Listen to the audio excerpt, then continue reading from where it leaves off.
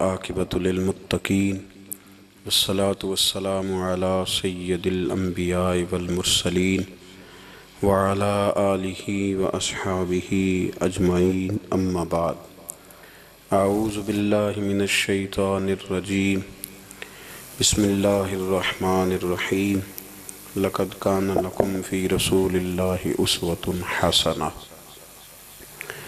صدق اللہ العظیم وصدق رسولہ النبی الکریم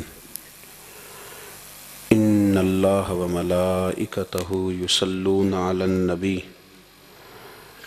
یا ایہا الذین آمنوا صلوا علیہ وسلموا تسلیما الصلاۃ والسلام علیہ یا سیدی یا رحمۃ للعالمین وعلی آلک واصحابک یا خاتم النبیین۔ تمام تعریفیں حمد اور ثنا اللہ کریم جل وعلا کے لیے، درود و سلام نبی اکرم نور مجسم شفیع معظم احمد مجتبیٰ جناب حضرت محمد مصطفیٰ صلی اللہ تعالیٰ علیہ وسلم کی ذات والا صفات کے لیے حمد و صلوات کے بعد اللہ ہم سب کو اخلاص کی دولت عطا فرمائے، روحانیت کا نور عطا فرمائے، اصلاح احوال اور اطمینان قلبی نصیب فرمائے۔ قرآن مجید نے نبی کریم سید عالم صلی اللہ علیہ وسلم کی مختلف صفات بیان کی ہیں اور ارشاد یہ فرمایا ہے کہ نبی پاک داعی اللہ ہیں اور سراج منیر ہیں، اور ہمیں یہ حکم دیا گیا ہے کہ تمہارے لیے نبی پاک کی زندگی میں بڑا بہترین نمونہ ہے، صرف نمونہ نہیں، اسوۃ حسنہ، بہترین نمونہ، حسین و جمیل نمونہ ہے حضور کی زندگی میں۔ نبی کریم سید عالم صلی اللہ تعالیٰ علیہ وسلم کا محتاج ہے سارا جہان، چلے نہ ایمان دو قدم بھی اگر تیرا ہم سفر نہ ٹھہرے، اور تیرا حوالہ دیا نہ جائے تو زندگی معتبر نہ ٹھہرے۔ ساری دنیا جناب رسالت معاب صلی اللہ علیہ وسلم کی محتاج ہے۔ آپ اس بات کو سمجھ لیں کہ بڑے ذوق سے، شوق سے اور ممکن ہے دیانتداری سے بھی کوئی کہہ دے لا الہ الا اللہ، لا الہ الا اللہ، تو وہ مومن نہیں ہو سکتا جب تک کہ محمد رسول اللہ نہیں کہہ دیتا۔ اللہ کریم نے ایک اصول بیان کر دیا ہے کہ اب ایمان ذات رسالت معاب صلی اللہ علیہ وسلم کی لائی ہوئی چیزوں کو ماننے کا نام ہے۔ جس آدمی کو پتہ ہوتا ہے نا کہ یہ میرا آفیسر ہے اور میں اس کے ماتحت چل کے میں نے وقت گزارنا ہے، تو وہ کئی جتن کرتا ہے اس کو راضی کرنے کی۔ اس کا محتاج جو ہے اس کی کوشش ہوتی ہے کہ وہ اس سے راضی رہے، کوئی ایسی بات نہ ہو جائے جس سے وہ ناراض ہو جائے۔ جس آدمی کو پتہ ہوتا ہے کہ میں نے اس سے سودا خریدنا ہے، یہ نہیں دے گا تو میری دکان نہیں چلے گی، تو وہ بھی کوشش کرتا ہے۔ ہماری اکثر شادیاں سیاسی ماحول بن جاتی ہیں، ہمارے اکثر افطار کے پروگرام سیاسی، ہم انہی لوگوں کو بلاتے ہیں جن سے ہمارا لین دین وابستہ ہوتا ہے، ہماری ضروریات زندگی وابستہ ہوتی ہیں۔ صرف ایک فکر آپ کی خدمت میں عرض کرنا چاہ رہا ہوں، آپ اس پہلو کو ضرور سمجھ لیں کہ عام دنیا داری میں انسان جس کا محتاج ہوتا ہے اس کے لیے بڑے جتن کرتا ہے، اس کے لیے بڑی کوششیں کرتا ہے، تو اگر دنیا داری کے لیے جہاں آپ اتنی کوشش کرتے ہیں تو جن کے آپ ایمان کے لیے بھی محتاج ہیں، ایقان کے لیے بھی محتاج ہیں، اچھی زندگی کے لیے بھی محتاج ہیں، اور جنت میں جانے کے لیے بھی محتاج ہیں، ان کے لیے کس قدر زیادہ کوشش کرنی چاہیے، کس طرح کا رویہ اختیار کرنا چاہیے۔ آپ اگر صحابہ کرام علیہم رضوان کی زندگی کو دیکھیں تو انہوں نے نا موقوف کر دیا ہر چیز کو۔ ہمارے ہاں ایک لفظ بولا جاتا ہے انشراح صدر، اس کا مطلب ہوتا ہے سینہ کھل جانا۔ کچھ لوگوں کے سینے کھلتے نہیں، ساری زندگی سینے بند رہتے ہیں، کوئی چیز اندر داخل نہیں ہوتی۔ دریا بھی قریب بہہ رہا ہو تو وہ بیچارے خشک رہ جاتے ہیں۔ کچھ لوگوں کو اللہ انشراح صدر عطا کرتا ہے، انہیں سمجھ آ جاتی ہے کہ میرا نا علاج کیا ہے۔ یہ بتائیے کہ مریض بہت زیادہ خطرناک کون سا ہوتا ہے؟ جس کے مرض کی تشخیص نہیں ہوتی۔ جیسے یہ پتہ نہیں چلتا کہ میرا مرض کیا ہے اور میرا طبیب کیا ہے اور میں نے دوائی کون سی کھانی. نبی کریم صلی اللہ علیہ وسلم کے غلام حضور کے صحابہ سمجھ گئے تھے کہ ہماری ہر بیماری کا حل ہمارے نبی کی بارگاہ میں موجود ہے. وہ سمجھ گئے. انہوں نے نہ پھر دائیں بائیں نہیں دیکھا، الجھے نہیں کسی جگہ بھی. ہم بڑے سمجھدار لوگ ہیں لیکن ہم الجھے ہوئے ہیں. ہماری منصوبہ بندی بڑی لمبی چوڑی ہے. میں رات پڑھ رہا تھا، سیدنا غوث پاک رضی اللہ تعالیٰ عنہ کے گھر میں جب بھی کوئی بچہ پیدا ہوتا تھا نا تو آپ اسے ہاتھوں پہ اٹھا کے فرماتے تھے تو میت ہے، تو ایک دن مر جائے گا.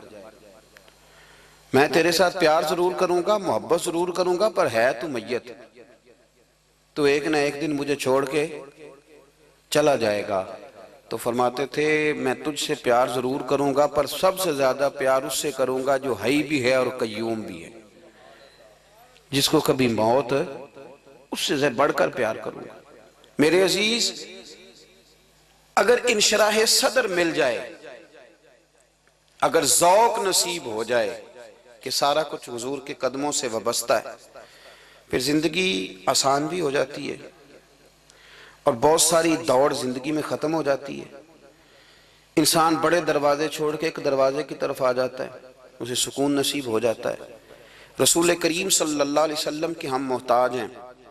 جتنے ہمارے دکھ ہیں نا دور دراز پھیلے ہوئے، ان سب دکھوں کا مداوا حضور کے قدموں میں بیٹھ جانا ہے. تھک گئے ہیں لوگ، تھک گئے اپنے عزیزوں سے، رشتہ داروں سے، دوست تعلق داروں کو راضی کر کر کے، پر نتیجہ صفر ہے، کچھ نہیں نصیب ہوتا. ذات رسالت مآب وہ حسین ذات ہے کہ آپ جتنا نبی کریم صلی اللہ علیہ وسلم کے قریب جائیں گے اتنا اللہ آپ کو سکون عطا فرمائے گا، آپ کو طمانینت کی دولت ملے گی. آپ دیکھیں کہ کچھ صفتیں نبی پاک صلی اللہ علیہ وسلم کی ایسی ہیں کہ جن صفات کی اگر انسان غلامی کر لے بڑی ساری چیزوں سے بچ جاتا ہے.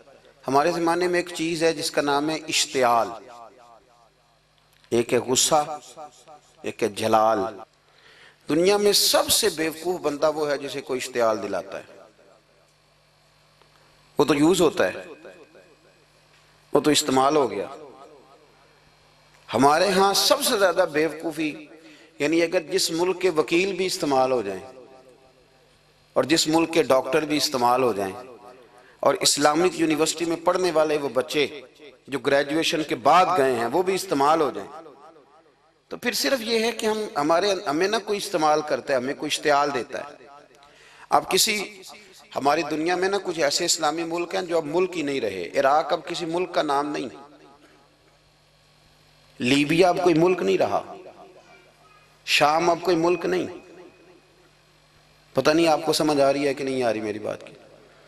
عراق کے اندر جس گروہ کی جتنے حصے پر حکومت ہے نا، ایک صوبے پہ حکومت ہے تو وہ الگ حکومت کر رہا ہے اس وقت، اور جس کی جتنے ضلعوں پہ حکومت ہے جو پاورفل ہے وہ الگ حکومت کر رہا ہے. لیبیا کا بھی یہی حال ہے، شام کا بھی یہی حال ہے. خدا نہ خواستہ جو یمن کی طرف لوگوں کی نظریں اور معاذ اللہ عرب شریف کی طرف جس کو سعودی عرب کہا جاتا ہے ادھر بھی لوگوں کی گھناؤنی نظریں ہیں. اگر وہاں بھی خدا نہ خواستہ یہ جیسے الگ الگ کر کے مسلمان کو مارا جا رہا ہے تو اللہ نہ کرے وہاں بھی ایسا ہو جائے. لیکن اب یہ ملک ہی نہیں رہے، یہ چھوٹی چھوٹی ٹکڑیوں میں بٹ گئے. کیوں بھلا؟ ہمیں لوگ اشتعال ہی بڑا دلاتے ہیں. میرے رسول کریم صلی اللہ علیہ وسلم کا کمال یہ ہے کہ رسول پاک کو کبھی اشتعال نہیں آیا. اور بھائی حضور کو کبھی اشتعال بول کے بتائیے. اشتعال چھوڑ دو، ہم محتاج ہیں نبی پاک کے، ہم نے جو سیکھنا ہے اپنے نبی سے سیکھنا ہے. وہ اگر زندگی میں آپ نے اشتعال چھوڑ دیا، بہت سارے لوگ دانا پھینکنے آتے ہیں، وہ پھینک کے چلے جاتے ہیں، ہم پیچھے سے لڑتے رہتے ہیں. اگر آپ اشتعال چھوڑ جائیں، دیکھو حضور کے میلاد پر میں نے کیا بات چھیڑی ہے، بڑی ضروری سمجھی ہے تو چھیڑی ہے. نبی پاک کو نا اپنے دادا سے بڑا پیار ہے، بڑا دادا سے، والد سے تو ہوتا ہی ہے، ماں سے تو ہوتا ہی. حضور کو اپنے دادا سے، بخاری شریف میں حدیث ہے، جناب ابو سفیان رضی اللہ تعالیٰ عنہ حدیث کے راوی ہیں، فرماتے ہیں کہ جنگ میں حضور کے ساتھ تھا فتح مکہ کے بعد، تو کافروں نے بڑا شدید حملہ سامنے سے کر دیا. فرماتے ہیں جب انہوں نے شدید حملہ کیا تو مسلمان تھوڑے پیچھے ہٹے، ارادہ یہ تھا کہ نئی منصوبہ بندی کے ساتھ آگے بڑھیں گے۔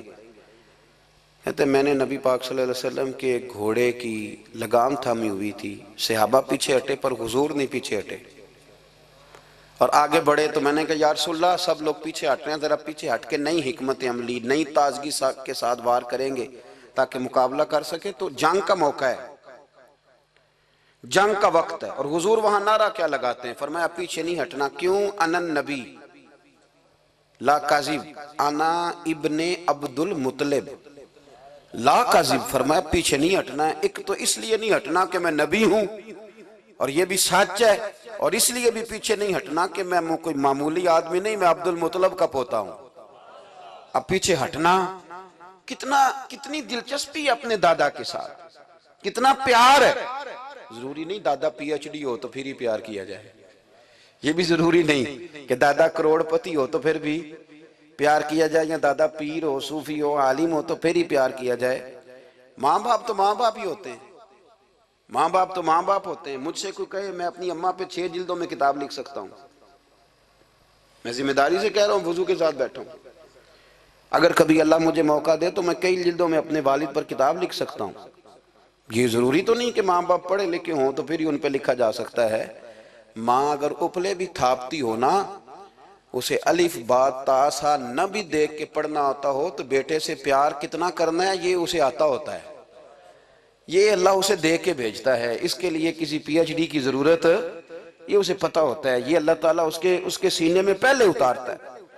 نبی پاک صلی اللہ علیہ وسلم کو بڑا پیار ہے۔ آنا ابن عبد المطلب، اور میں کوئی معمولی آدمی نہیں، میں عبد المطلب کا پوتا ہوں۔ یہ جنگوں میں حضور اعلان کرتے۔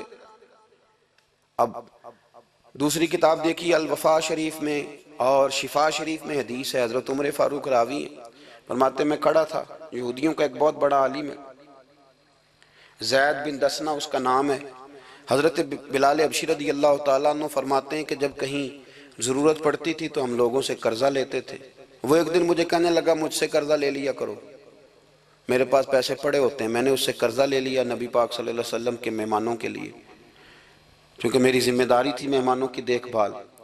آپ فرماتے ہیں کہ ابھی اس کے حضرت عمر فرماتے ہیں کہ وعدے میں 3 دن باقی تھے، میں حضور کے ساتھ تھا۔ وہ عالم تھا یہودیوں کا، تورات جانتا تھا۔ تو چوک میں اس نے کھڑا کر لیا اور کھڑا کر کے کہنے لگا نبی کریم صلی اللہ علیہ وسلم سے کہ میرے پیسے دیں۔ تو حضور صلی اللہ علیہ وسلم نے فرمایا کہ ابھی تو 3 دن باقی ہیں وعدے میں، انشاءاللہ وعدے پہ دے دیں گے۔ میں نے جو مضمون چھیڑا ہے وہ میں نے مکمل کرنا ہے، آپ میری بات پہ توجہ کرنا۔ میں کہہ چکا ہوں کہ حضور کو دادا سے بڑا ہی پیار ہے۔ اب وہ یہودیوں کا عالم کیا کہتا ہے نبی پاک کو، تانا کس طرح دیتا ہے، معاذ اللہ ثم معاذ اللہ، نقل کفر کفر نہ باشا۔ جب حضور نے کہا نا ابھی 3 دن باقی ہیں تو کہنے لگا جی معاذ اللہ ثم معاذ اللہ، پھر معاذ اللہ، کروڑ دفعہ معاذ اللہ۔ کہنے لگا جی عبد المطلب کی اولاد کا طریقہ یہ ہے، پیسے لے لیتے ہیں پھر واپس نہیں کرتے۔ ہے نا اشتعال والی بات؟ یعنی ویسے ہی آپ کسی کو کہیں کہ تیرے دادے کی اولاد شاری کا طریقہ ہی وہ گرم ہو جائے گا۔ اور اگر یہ کہہ دیا جائے اس ذات کے بارے میں جس سے آپ پیار بھی عشق کی حد تک کرتے ہوں، تو اب تھپڑ تو بنتے ہیں نا 4، اب ڈنڈا تو بنتا ہے نا۔ لیکن میرے نبی پاک اشتعال میں نہیں آتے تھے، مزاج نہیں تھا رسول کریم کا۔ نبی کریم صلی اللہ تعالیٰ علیہ وسلم اتنی بڑی بات کر دی کہ حضرت عمر کہتے ہیں میں نے یوں کر کے تلوار پہ ہاتھ رکھا، نکال لی نیام سے باہر، گردن اڑاؤں گا اس گستاخ کی۔ رسول کریم نے فرمایا عمر یہ تو کیا کر رہا ہے، تیرے تو ذمہ یہ تھا کہ تو اسے نرمی کا کہتا اور مجھے پیسے دینے کا کہتا۔ اب اس طرح کر، اسے فلاں جگہ لے جا، وہاں کھجوریں پڑی ہیں تول کے دے دے، چل 2 کلو زیادہ بھی دے دینا۔ حضرت عمر فاروق رضی اللہ تعالیٰ عنہ کہتے ہیں میں نے کہا حضور زیادہ کس بات کی، میں تو پوری بھی ذرا ناپ تول کے دوں گا، اور احتیاط سے کس بات کی زیادہ، اس نالائق کو زیادہ دوں؟ تو حضور فرمانے لگے زیادہ اس لیے دینی ہے کہ تو نے اسے ڈانٹا ہے، تو نے تلوار دکھائی ہے، اب 2-3 کلو زیادہ دینی۔ حضرت عمر کہتے ہیں میں لے گیا اور میں نے 2-3 کلو کھجوریں زیادہ دی، پر وہ میرے اندر جو اس کے بارے میں کوفت تھی وہ جاتی نہیں تھی، میرا دل کرتا تھا کاٹ ڈالوں اسے۔ اور جب میں نے دے لی نا تو میرے قریب آیا، میرے گھٹنے پہ ہاتھ رکھا۔ آنسو بڑے قیمتی ہوتے ہیں، ایک کبھی نکلتے ہیں۔ کہتے ہیں جب میرے گھٹنے پہ اس نے ہاتھ رکھا تو وہ یہودیوں کا عالم رو پڑا، کہنے لگا عمر تیرا کیا خیال ہے کہ میں بلا وجہ یہ میں نے بات کر دی؟ کہا نہیں، تو روتا کیوں ہے؟ پہلے بے ادبی کرتا ہے اب روتا ہے؟ تو کہنے لگا عمر میں کوئی معمولی آدمی نہیں، میں پڑھا لکھا بندہ ہوں، معمولی ہوتا تو جلدی مان جاتا، میں تورات کا، انجیل کا، زبور کا عالم ہوں، میں نے آخری نبی کی ساری صفتیں اپنی کتابوں میں پڑھی ہیں، میں نے ساری باتیں چھپ چھپ کے نبی پاک میں دیکھ لی تھی، ایک بات میں نے حضور کی آزمانی تھی ابھی، وہ یہ تھا کہ نبی پاک کے سامنے جتنی بھی جہالت کرو گے نا، اللہ کے رسول کا حلم اس پر غالب آ جائے گا، حضور کا صبر اس پر غالب آئے گا۔ میں نے نا آج وہ آزمانا تھا، اور میں نے نا سازش کر کے بلال کو پیسے دیے تھے، اور میں نے سازش کر کے 3 دن پہلے مانگے تھے، پر عمر تجھے مبارک ہو، میں نے تو آزما کے مانا ہے، تو بغیر آزمائے محمد عربی کا غلام بن گیا ہے، اب لے جا مجھے معافی بھی دلا، اور نبی پاک صلی اللہ علیہ وسلم کی غلامی بھی میرے لیے، اس سند پہ بھی تو میرے ساتھ شامل ہو۔ زندگی میں اشتعال نہ اپنے آپ کو آنے دیں۔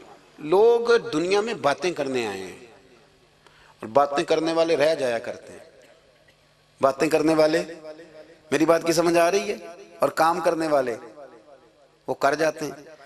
اگر آپ باتوں پہ آپ وقت گزاریں گے تو رہ گئے۔ اشتعال، وکیلوں کو بھی یہاں اشتعال آتا ہے، یہاں ڈاکٹروں کو بھی اشتعال آتا ہے، یہاں فلانے کو بھی اشتعال آتا ہے، یہاں بھئی آپ کس چکر میں پڑ گئے؟ اگر آپ کو اشتعال ہی آنا ہے، آپ دیکھیں نا اہل طائف نے نبی پاک کے ساتھ کیا کیا، تاریخ میں نا کچھ الفاظ ایسے ہیں جو پڑھے نہیں جاتے۔ جب انہوں نے کہا کہ معاذ اللہ، آپ نبی ہیں جو دروازہ دروازہ گھوم رہے ہیں، آپ نبی ہیں جن کے ساتھ لشکر ہی کوئی نہیں، پیسے ہی کوئی نہیں، آپ ہیں، اتنے سخت جملے، اور پھر پتھر بھی مارے۔ اشتعال تو 1.5 منٹ میں آ جاتا ہے بندے کو، اور ہمارے ہاں تو رہ بھی صرف اشتعال ہی ہے، صرف اشتعال ہی ہے، جس کو دیکھو اسے اشتعال ہے، ادھر بھی لڑائی، ادھر بھی دنگا، ادھر بھی فساد۔ بھئی آپ چھوڑیں۔ رسول کریم علیہ السلام کو حضرت زید بن حارثہ نے کہا حضور دعا کریں گے تباہ ہو جائیں، نبی پاک نے فرمایا، لفظ حدیث کے فرمایا لم ابعث لعانا، فرمایا میں کو تانے دینے والا بن کے آیا ہوں، میں کو وہ ہوں جو تانا زنی کروں گا، بد دعا دوں گا انہیں۔ فرمایا انما بعثت ہادیا و رحمہ، فرمایا میں تو رحمت بن کے آیا ہوں اور لوگوں کو ہدایت کا راستہ دکھانے کے لیے آیا ہوں۔ زندگی میں کبھی بھی اشتعال۔ ایک بات اور کرنی ہے آپ سے، اس پر بھی آپ نے خاص توجہ کرنی ہے، جو ہمارے لیے سرکار کی محتاجی میں سے خیرات ہم نے لینی ہے، وہ یہ ہے کہ نبی پاک صلی اللہ علیہ وسلم کو نا قرآن مجید نے حریص کہا۔ اللہ اکبر، یہاں شاید آپ مجھے کہہ دیں تو میں ناراض ہو جاؤں، لیکن قرآن نے کہا حریص علیکم بالمؤمنین رؤوف الرحیم۔ اللہ کرے کہ ہم قرآن کے الفاظ پر غور کریں۔ حریص علیکم، اے میرے محبوب کے غلاموں، نبی پاک صلی اللہ علیہ وسلم نا تم پر حریص ہیں، یعنی تمہاری بھلائی چاہنے میں جلدی کرتے ہیں، تمہاری بھلائی چاہنے میں۔ یہ ایسے الفاظ ہیں کہ اس سے بڑھ کر میں ان کا معنی نہیں کر سکتا، اگرچہ علماء تفسیر نے حریص علیکم کے کئی معنی بیان فرمائے۔ فرمایا محبوب کو جلدی ہے۔ بیٹا بھی اماں سے کہتا ہے اماں آہستہ آہستہ ہی میری ترقی ہوگی نا۔ اب مرید بھی پیر صاحب سے کہتا ہے حضرت صاحب ہوں میں شروع کرتے لئیے سویرے اٹھتے پہنا، تے اے میں ہولی ہولی کر کے داڑھی، مجھے تو خیر بہت سارے کہتے ہیں، اس لیے ایک میرے سنگی ہیں، اللہ تعالیٰ انہیں جزائے خیر دے، وہ جنوبی پنجاب سے ہیں، تو وہ سرائکی ہیں۔ اب ہمیں اللہ نے یہ اعزاز دیا ہوتا ہے کہ ہمارے پاس ہر زبان کا بندہ ہوتا ہے، اس لیے کئی دفعہ اپنی زبان بھی گڈ مڈ ہو جاتی ہے، کیونکہ سب سے بات کرنی ہوتی ہے نا جی۔ تو مجھے کہنے لگے ایک دن فون کر کے پیر صاحب مبارک ہوئے، میں نے کہا جی خیر مبارک، کیا ہوا؟ کہنے میں ان چھوٹی چھوٹی داڑھی رکھ لئی اللہ دے فضل نہ۔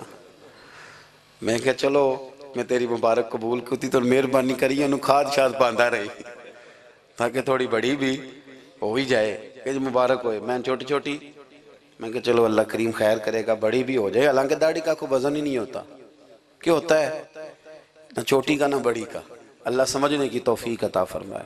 باہر کہ جو بات عرض کرنی ہے اس کی طرف آتا ہوں آپ حضرات سے۔ حریص علیکم، بھئی ہر بندہ کہتا ہے میں آہستہ آہستہ چلوں گا، لیکن نبی پاک صلی اللہ تعالیٰ علیہ وسلم نے شوق رکھتے میری امت کو جلدی سے خیر ملے، جلدی سے۔ آپ دیکھیں نا، ہم نے نا اصل میں سنی تقریریں، سنانے والوں نے سنا دیں، بس وہ ٹھیک ہے، ایک نظام ہے، لیکن کبھی کبھی نا ہم الجھ جاتے ہیں، اڑ جاتے ہیں کہ یار ایسے بھی ہوتا ہے۔ نبی پاک جلدی کرتے ہیں اپنی امت کو خیر دینے میں، جلدی۔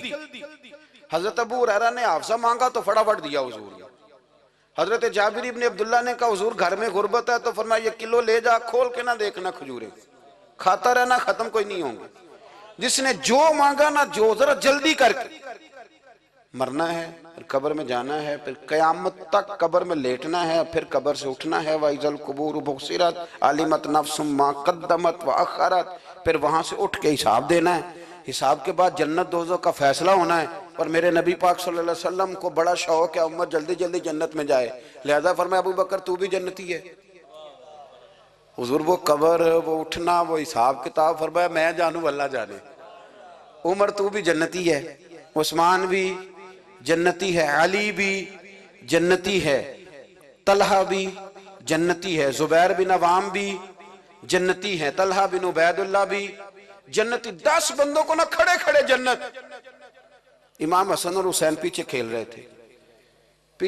تھے، تو پوچھ لیا کسی نے حضور یہ 10 تو جنتی ہیں، تو فرمایا جو پیچھے ہیں، تو کہا سید الشباب اہل الجنہ، یہ جنتی ہیں اور یہ جنتیوں کے سردار ہیں۔ آپ ذرا پلٹ کے دیکھ لیں کس طرح حضور نے، اور یہ اس شوق کو آپ سمجھیں، ہمیں تو شوق ہی کوئی نہیں، اب یقین کریں نہیں شوق، زیادہ سے زیادہ شوق ہوگا تو اپنے بیٹے کے حق میں ہوگا کہ جلدی جوان ہو جائے، اور اس میں بھی ہماری ڈبل لالچ ہوتا ہے کہ بچہ جوان ہو جائے اور میں کبھی بوڑھا بھی نہ ہوں، یہ بھی جوان ہو جائے اور میں بھی جوان ہی رہوں۔ بھئی یہ تو نہیں نہ ہو سکتا، اگر وہ جوان ہوگا تو پھر آپ کو بوڑھا ہونا پڑے گا، لیکن ہمارا ڈبل لالچ ہے کہ یہ بھی جوان ہو جائے اور میں بھی جوان ہی رہوں، یہ ہو سکتا؟ نبی پاک صلی اللہ علیہ وسلم نے فرمایا، آپ ذرا غور کریں، فرمایا وہ بیر رومہ ہے جو خرید کے دے دے گا میں اسے جنت کی بشارت دیتا ہوں۔ فرمایا جو مسجد بنائے گا میں گارنٹی دیتا ہوں اپنے لیے جنت میں مکان بنا لے گا۔ میرے رسول کریم علیہ السلام جنت کو آسان کرتے چلے گئے، فرمایا 2 چیزوں کی ضمانت دے دے، زبان اور شرمگاہ کا غلط استعمال نہ کرنا، میں تجھے گارنٹی دیتا ہوں کہ رب تجھے بغیر حساب کتاب جنت عطا کر دے گا۔ جلدی کے ساتھ حضور نے یہ شوق پیدا کیا۔ ہمارے ہاں نا ہر معاملے میں تیزی ہے، امیر راتوں رات ہونا ہے، حسین راتوں رات ہونا ہے، اور بادشاہ بھی نیک ذرا آہستہ آہستہ ہو کے کرنا ہے، آہستہ آہستہ آہستہ آہستہ۔ اور تم ہر ویلے مسیطے بہ رہے ہیں تے اور کتے بھئی ہے جی؟ بھئی مسجد اللہ کا گھر ہے، تیرے گھر بیٹھتے تو 2-3 دن زیادہ بیٹھتے، تو نے کہنا تھا کوئی اور کام بھی کریا کر، اللہ کے گھر بیٹھے ہیں تو یہاں بھی تجھے اعتراض ہے، کدھر جا کے بیٹھے، کدھر بیٹھے جا کے؟ ہمارا ایک پیر بھائی تھا، اللہ اکبر، تو حضرت صاحب کے پاس آ کے نا کسی نے شکایت لگائی اس کی کہ اس کے گھر والے کہتے ہیں تیار والے پیران کو لے بیٹھا رہنا ہے، تو سب ہنس پہ فرمان لگے ایک باری پھر گل کری، کہتا جو کہتے ہیں ہر وقت پیروں کے پاس بیٹھ رہتا ہے، فرمایا یار بڑا مزہ ہے، ایک باری پھر کری۔ تو وہ جب حضرت صاحب کو مزہ آتا تھا تو ہمیں مفت میں ہی آنا شروع ہو جاتا تھا۔ تو یہ تو بڑی بات ہے نا جی کہ کوئی کسی اللہ والے کے پاس بیٹھتا ہے۔ میری بات کو سمجھ لیں، جلدی کرتے رسول کریم، ہمیں بھی تھوڑی جلدی کرنی چاہیے نبی پاک کا غلام بننے ہیں۔ صحابہ نے بڑی جلدی کی، آپ یقین کریں 1 منٹ بھی دائیں بائیں نہیں، بس آج حکم آیا، آج ختم، آج ہی عمل ہوگا، کل پرسوں ترسوں کی بات کوئی نہیں۔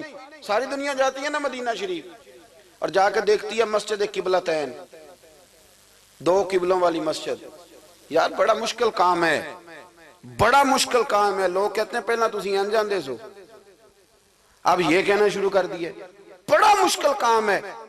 حضور نے 4 رکعتوں والی نماز 2 ادھر منہ کر کے پڑھائی اور پھر 2 رکھتے ہیں، اور یار مشکل ہے کام، بڑا مشکل۔ یہاں تو میرے بھائی پگڑی کا سٹائل بدل ناراض ہو جاتے، اور میرے رسول کریم صلی اللہ علیہ وسلم نے کعبے کا رخ ہی پھیر لیا تو سلام کے بعد صحابہ نے سوال نہیں کیا۔ کسی نے پوچھا کل تم نے 2 ادھر پڑھی تھی، آج 2 ادھر پڑھی، انہوں نے کہا ہم نے قبلہ نہیں دیکھا، ہم نے تو یہ دیکھا امام کدھر جا رہا ہے۔ حاجیو آؤ شہنشاہ کا روضہ دیکھو، کعبہ تو دیکھ چکے اب کعبے کا بھی کعبہ دیکھو۔ جلدی کریں، وقت بڑا تھوڑا ہے، بیماری فٹافٹ آ جاتی ہے، کچھ پتہ نہیں چلتا، کمزوری فٹافٹ آ جاتی ہے، کچھ پتہ نہیں چلتا، بہت سارے حالات ہیں جو جلدی خراب ہو جاتے ہیں۔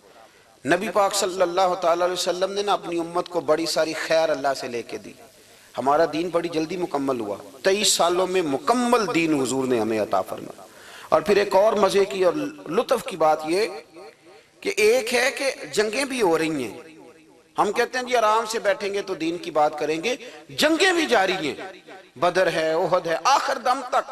جس دن سرکار کا وصال ہوا اس دن بھی نبی پاک صلی اللہ علیہ وسلم نے لشکر روانہ کیا، اس دن بھی لشکر روانہ کیا، جنگیں بھی ہو رہی ہیں، اور ساتھ ساتھ رسول پاک نماز، عبادت، تہجد، مسواک، شریعت، دین، تقوی، پرہیزگاری، ان ساری باتوں کا درس بھی بیان فرما رہے ہیں۔ ہم کہتے ہیں جی وہ فلانے حالات ٹھیک ہو جائیں گے کاروباری تو پھر میں مسجد ہوں، بھئی حالت جنگ میں بھی جنگ بھی چلتی رہتی تھی، تہجد بھی چلتی رہتی تھی، وہاں یہ حال تھا کہ وہاں پریشانی بھی چلتی رہتی تھی اور درود و سلام بھی چلتا رہتا تھا۔ میرے رسول کریم صلی اللہ علیہ وسلم کے غلاموں، اپنے زندگی میں ناکام وہ لوگ وہ جنہوں نے وقت ضائع کیا، وقت نہیں ضائع کرے۔ ایک آدھ بات حضور غوث پاک کی عرض کرتا ہوں، حضور غوث پاک رضی اللہ تعالیٰ عنہ نے نا نبی پاک صلی اللہ علیہ وسلم کی اتباع میں وقت گزارا ہے۔ کچھ بندے اللہ کے بڑے خاص ہوتے ہیں، حضور غوث پاک رضی اللہ تعالیٰ عنہ کو اللہ نے اعزاز عطا فرمایا، شان عطا فرمائی کہ غوث اعظم درمیان اولیاء جو محمد درمیان انبیاء۔ اس طرح نبیوں میں رسول کریم کا مقام ہے نا، اس طرح ولیوں میں غوث پاک جیلانی کا مقام ہے۔ حضور غوث پاک رضی اللہ تعالیٰ عنہ کو اللہ نے کئی اعزازات دیے، سب سے بڑی بات یہ کہ اللہ نے انہیں کرامات عطا کی۔ کرامت دین کا پورا ایک حصہ ہے۔ ہمارے یہاں نا لوگ کہتے ہیں اخلاق بیان کریں جی، وہ کہتے کیا تھے، کرامت کیا ہوتی؟ بھئی کرامت تو قرآن پاک نے بیان فرمائی۔ آصف بن برخیہ جناب بلقیس کا، ملکہ بلقیس کا تخت لائے تھے، یہ اللہ نے کیوں آیت نازل کی قرآن پاک میں؟ وہ قصہ کہانی ہے کہ وہ جی تخت لائیں، یہ کیوں بیان کی؟ اور تخت آیا کس طرح آیا؟ انہوں نے کہا کہ آنکھ جھپکنے سے پہلے آ جائے گا، پھر آیا کہ نہیں آیا؟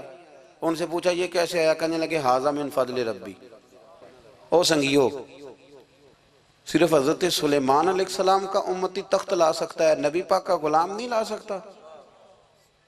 یار آپ نے کرامت کا انکار کر کے اپنے آپ کو کمزور کر لیا۔ اور نہیں جی نہیں، یہ کیسے ہو؟ کیا مطلب ہے اس کا؟ آپ سورہ نمل روز پڑھیں اور جناب سلیمان علیہ السلام کے امتی کی شان بیان کریں کہ وہ آنکھ جھپکنے سے پہلے 80 گز اونچا، 80 گز چوڑا، 80 من وزنی تخت آنکھ جھپکنے سے پہلے لے آئے۔ کسی بندے کا ایمان خراب نہیں ہوتا۔ اور میرے غوث پاک جیلانی، یہ وہ بندے ہیں جن کے بارے میں نبی پاک نے فرمایا کہ میری امت کے علماء بنی اسرائیل کے نبیوں کی طرح ہیں، امتیوں کی طرح نہیں۔ کن کی طرح؟ نبیوں کی طرح، نبیوں کی طرح۔ حضرت غوث پاک رضی اللہ تعالیٰ عنہ، ہم کو ملانگ لوگ نہیں ہیں الحمدللہ تعالی، ہم تو غوث پاک کی کرامت بھی مانتے ہیں پر قرآن و سنت کی اینک لگا کے مانتے ہیں۔ یہ میری بات سمجھ لیں۔ حضرت غوث پاک رضی اللہ تعالیٰ عنہ طالب علموں کو سبق پڑھا رہے تھے، تو سبق پڑھاتے پڑھاتے نا ہاتھ آگے بڑھایا تو اچانک ہاتھ واپس آیا تو گیلا ہو گیا تھا سارا۔ تو شاگرد بھی بڑے سیانے ہوتے ہیں، انہوں نے سبق چھوڑ دیا، استاد جی کے گیلے بازو کو دیکھنا شروع کیا۔ حضور یہ کیا ہے؟ تو غوث پاک بھی غوث پاک تھے، ہر بندے کا ہاضمہ اتنا اچھا نہیں ہوتا کہ اس کو ہر بات ہضم ہو جائے۔ کئیوں کو بدہضمی بھی بڑی سخت ہوتی ہے، کھٹے کھٹے ڈکار آتے ہیں بات سن کے، کانوں سے دھواں بھی نکلتے ہیں کئی دفعہ۔ تو انہوں نے پوچھ لیا فٹافٹ کہ حضور یہ کیا ہوا؟ تو غوث پاک کو پتا تھا کہ سب کا ہاضمہ ٹھیک ہے۔ میاں صاحب نے بھی کہا تھا خاصاں دی گلامہ آگے نہیں مناسب کرنی۔ اگلا شعر میں نہیں یہ پڑھنا کیونکہ زیادہ ڈاڈ ہے تو میں ادھر ہی رہتا ہوں، اتنا ہی کافی ہے کہ خاصاں دی گلامہ آگے نہیں مناسب کرنی۔ انہوں نے کہا حضور یہ کیا ہے؟ تو آپ فرمانے لگے تمہارے والی بات نہیں۔ اللہ اکبر۔ ابھی سبق پورا ہو رہا تھا تو بندے دوڑے دوڑے آ گئے اور انہوں نے نعرے لگانے شروع، یا غوث یا غوث یا غوث۔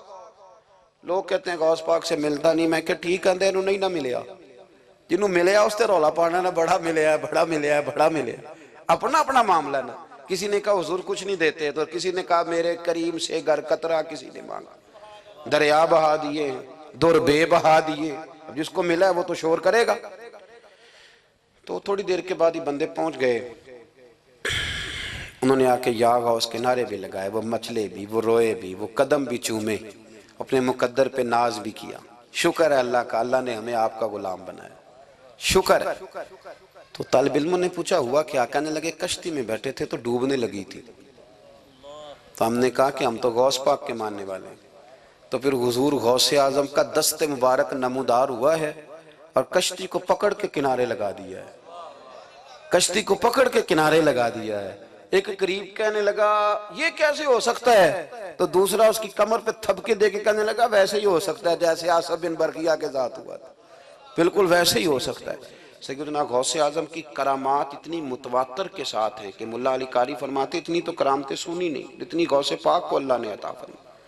رب کریم نے انہیں درجہ دیا، وقار دیا، ان کی دعاؤں کو قبولیت دی، اللہ نے انہیں اعزاز کے ساتھ نوازا، اللہ نے ان پر فضل فرمایا۔ ایک تاجر تھا تو ملک شام جاتا تھا اکثر تجارت کرنے کے لیے، مال کما کے لاتا، غریبوں کی بھی مدد کرتا، مدارس کی، مساجد کی، سب جگہ جہاں دین کی ضرورت ہوتی پہنچتا۔ ایک بغداد میں اور درویش بھی گزرے جن کا نام شیخ حماد ہے، وہ بھی بڑے درویش تھے۔ وہ تاجر شیخ حماد کے پاس گیا، کہنے لگا میرے لیے دعا کر دے، میں جا رہا ہوں سفر کے لیے۔ تو انہوں نے کہا میں صبح بتاؤں گا۔ استخارہ کیا، صبح کہنے لگے نہ جانا، تیرا مال بھی لٹ جائے گا اور تو قتل بھی ہو جائے گا۔ وہ بڑا پریشان ہوا، حضور غوث پاک کے پاس گیا، کہنے لگا حضور وہاں بھی میں نے کہلا بھیج دیا ہے، سامان میرا پڑا ہے، جاؤں گا نہیں، پیمنٹ نہیں کروں گا، ملے گا نہیں تو خسارہ ہو جائے گا، مہربانی فرمائے۔ غوث پاک نے مراقبہ کیا، فرمایا تو جا اللہ خیر کرے گا، تو جا اللہ خیر کرے گا۔ مرید کا عمل کے یقین، پیر کا عمل کے یقین، چلے آپ فیصلہ کر لیں تو میں آگے بڑھتا ہوں۔ حضرت غوث اعظم رضی اللہ تعالیٰ عنہ نے مرید سے کہا تو جا اور اللہ خیر کرے گا۔ وہ گیا، کہتے میں نے پیمنٹ کی، مال لیا، واپس آیا، گھوڑوں کا سفر تھا، رستے میں رات کو ایک جگہ سویا، خواب دیکھتا ہوں، خواب میں ڈاکو آ گئے، انہوں نے پہلے مال لوٹا پھر مجھے قتل کیا، اور جب میرے گردن پر انہوں نے خنجر چلائی، خواب دیکھ رہا ہوں تو میری فٹافٹ آنکھ کھل گئی، اور جب میری آنکھ کھلی تو میں اسی وقت ہی رخت سفر باندھا، سر پٹ گھوڑے دڑائے، کچھ رات کو کچھ دن کو، سویرے بغداد پہنچ گیا۔ کہتے خیال تھا کہ پہلے غوث پاک کے پاس جاؤں گا، لیکن پہلے شیخ حماد سے ملاقات ہوگی۔ میرا چہرہ دیکھا، پریشان تو دیکھ کے مسکرائے، فرمانے لگے بھی تیرا پیر بڑا شاندار ہے، تیرا پیر بڑا شاندار ہے، وہ کام جو حقیقت میں ہونا تھا نا، حقیقت میں انہوں نے دعا کی ہے تو رب کریم نے اسے خواب بنا دیا ہے، ان کی دعا کی برکت سے اللہ نے اسے۔ اب میں بات مضبوط کرنا چاہتا ہوں تو میں ایک حدیث پاک بھی پڑھ دوں۔ لوگ کہیں گے جی مرنے والا بھی بچ جاتا ہے، عمر بھی بڑھ جاتی ہے، مشکات کی حدیث ہے، ترمذی میں بھی موجود ہے، نبی پاک صلی اللہ علیہ وسلم نے فرمایا ہے اگر تم چاہتے ہو رزق بھی بڑھ جائے، عمر بھی لمبی ہو جائے، تو اپنے رشتہ داروں سے اچھا سلوک کرو۔ اس کا مطلب ہے کہ عمر بڑھ جاتی ہے، موت کچھ وقت کے لیے ٹل بھی جاتی ہے۔ حضور غوث پاک کو اللہ نے بڑا اعزاز دیا، بڑی کرامات دی۔ آپ فرمایا کرتے تھے میں نے 40 سال اپنے رب کو راضی کیا ہے مصلی پہ بیٹھ کے۔ تو میرے مالک نے پھر پوچھا ہے کہ عبدالقادر کچھ مانگ لے، کوئی بات کر لے، تو سیدنا غوث اعظم رضی اللہ تعالیٰ عنہ فرماتے ہیں کہ میں نے پھر اپنے رب کریم کی بارگاہ میں عرض کیا مالک جو قیامت تک مجھ سے محبت کرے، فضل کرنا اسے بغیر توبہ کے موت نہ دینا۔ تو میرے رب نے میری اس دعا کو شرف قبولیت عطا فرمایا کہ جو مجھ سے پیار کرے گا، میرا نام لے گا، وہ بغیر توبہ کے نہیں مرے گا۔ جنات بھی آپ کی بارگاہ میں حاضر ہوتے، آپ کو شیخ بحر و بر کہا جاتا ہے۔ جب آپ نے منبر پر بیٹھ کر یہ اعلان فرمایا نا کہ میرا یہ قدم ہر ولی کی گردن پر ہے، تو خراسان کے جنگلوں میں معین الملت والدین عطائے رسول ہند الولی خواجہ معین الدین اجمیری موجود تھے، تو وہاں اعلان کرنے لگے، کہنے لگے غوث پاک صرف گردن پہ کیوں، آپ میری آنکھوں پہ بھی قدم رکھیں، میرے سر پہ بھی قدم رکھیں۔ اللہ نے ان اولیاء کو بڑا اعزاز دیا، انہیں اللہ نے بڑی شان دی۔ اپنی نسبت اللہ کے بندوں سے مضبوط رکھیں۔ ضروری نہیں کہ آپ کسی جگہ مرید ہی ہوں گے تو آپ کی نسبت مضبوط ہوگی، آپ خواجہ معین الدین سے پیار کریں، آپ حضرت بہاؤالحق نقشبند بخاری سے پیار کریں، داتا علی اجویری سے پیار کریں، آپ غوث پاک جیلانی سے، آپ اللہ کے نیک بندوں سے محبت کریں، ان کا تذکرہ سنیں۔ اب تو پوری مہم چلی ہوئی ہے اللہ کے بندوں کے خلاف، لوگوں نے ایسا وار چلایا کہ بس جی کچھ بھی نہیں جی، آپ چھوڑیں، آپ ڈائریکٹ کتاب و سنت کو پڑھیں، کوئی بھی نہیں جی، کوئی ولی نہیں، تو پھر وہ جو اتنی آیتیں وہ حدیثیں وہ سارا کچھ، اس کا مطلب ہے امت میں ولی ہوتے ہی نہیں، تو الا ان اولیاء اللہ لا خوف علیہم ولا هم یحزنون کا کیا معنی ہے؟ اس کا کیا مطلب؟ آپ نے تو ملیا میٹ کر دیا، سارا پوری مہم چلی اللہ کے بندوں سے پیار کرے، اور میرے نبی پاک صلی اللہ علیہ وسلم نے فرمایا جو جس سے پیار کرے گا قیامت کے دن اسی کے ساتھ اٹھایا جائے گا۔ اور حضرت ابو ذر غفاری نے عرض کیا تھا یا رسول اللہ اگر وہ ان جیسے عمل نہ بھی کرے تو فرمایا اللہ بڑا کریم ہے، ایمان کی سلامتی سے جائے اللہ ان کے ساتھ ہی کھڑا فرما دے گا۔ حضرت محدث اعظم پاکستان مولانا سردار احمد صاحب رحمۃ اللہ علیہ بڑے مصروف آدمی تھے، پر بڑھاپے کے عالم میں بھی نا شیخ الحدیث تھے، شاید اتنے کسی کے شاگرد دنیا میں ہوں جتنے حضرت کے تھے۔ ہر جمعرات کو فیصل آباد سے لاہور آتے تھے داتا صاحب کے مزار پہ حاضری دے، ہر جمعرات۔ یہ چند دن پہلے ہمارے ایک بزرگ افریقہ سے آئے ہوئے تھے، افریقہ سے، تو پوچھا حضرت جی خیریت سے آنا ہوا؟ تو کہنے لگے پہلا مقصد تو داتا صاحب کے مزار پہ حاضری دینا اور باقی اس کے بعد۔ تو ہر جمعرات کو حضرت محدث اعظم رحمۃ اللہ علیہ آتے تھے، ہر جمعرات۔ ایک مولوی صاحب نے ایک دفعہ شوشہ چھوڑ دیا لاہور میں کہ داتا صاحب کی قبر تو قلعے میں ہے، لوگ شوشہ چھوڑتے رہتے ہیں نا کہ چلو کسی طریقے سے بندے ہٹائے جائیں، پر جن کی محبت اللہ دلوں میں پیدا کرے وہاں سے کیسے ہٹایا جائے؟ وہ جی ادھر قبر ہی نہیں، وہ تو قلعے میں ہے۔ وہ تجھے کون بتا گیا؟ کہتا جی میں نے ایک روایت پڑھی، فلانے بندے نے لکھا ہے، چلو جی الجھاؤ بن گیا۔ ہمارے ہاں جو انوکھی بات کر دے اس پہ بحث بھی شروع ہو جاتی، بڑی لے ہوئی، بڑا کچھ ہوا۔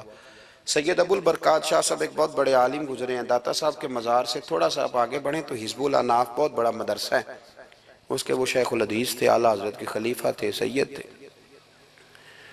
حضرت مولانا سردار احمد صاحب سپیشل فیصل آباد سے آئے، سید صاحب کو وہاں سے ساتھ لیا، داتا صاحب کی مسجد کا سپیکر کھولا اور کھول کے فرمانے لگے جس بندے کو شک ہے نا کہ داتا صاحب یہاں موجود نہیں قلعے میں ہیں وہ آ جائے، میں داتا صاحب کو آواز دوں گا، داتا صاحب قبر سے بول کے کہیں گے میں اندر ہی ہوں، آ جائے میں آواز دے۔ بات ویسے کافی بڑی ہے، آپ کے اگر ذوق اس پر توجہ دے تو داتا صاحب اندر سے بولیں گے اور کہیں گے کہ نہیں میں یہی ہوں۔